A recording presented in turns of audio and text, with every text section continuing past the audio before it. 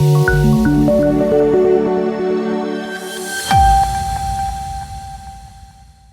એક ભાજપના પાટીદાર નેતાએ રાજા અને પટરાણી ઉપર નિવેદન આપતા રાજકીય માહોલમાં ગરમાવું. રાજકોટના ઉમેદવાર પુરુષોત્તમ રૂપાલાએ ક્ષત્રિય સમાજ પર કરેલા નિવેદનનો વિવાદ હજુ શાંત નથી થયો, ત્યારે વધુ એક ભાજપના પાટીદાર નેતાએ રાજા અને પટરાણી ઉપર નિવેદન આપતા રાજકીય માહોલ ગરમાયો છે.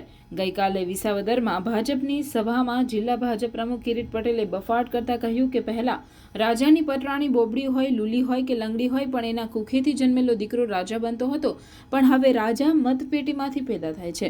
આ નિવેદનનો વિડીયો વાયરલ થતાં જ કિરીટ પટેલને પણ માફી માંગતો વિડીયો સામે આવ્યો છે. આ પહેલા રૂપાલાએ પણ પોતાના નિવેદન બાદ 3 વાર ક્ષત્રિય સમાજની માફી માંગી છે, ત્યારે એવું કહી શકાય કે કોઈ પણ નિવેદન આપી માફી માંગવાનો ભાજપના પાટીદાર નેતાઓનો સિલસિલો યથાવત છે.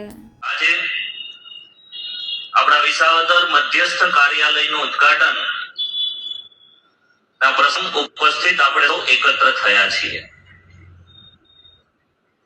એક સમય એવો હતો હિન્દુસ્તાનમાં કે રાજાની પટરાણી બોબડી હોય, લૂલી હોય, લંગડી હોય, પણ એના કુખેથી જે દીકરો પેદા થતો હતો એ રાજા બનતો હતો, અને હવે રાજા મતપેટીમાંથી પેદા થાય.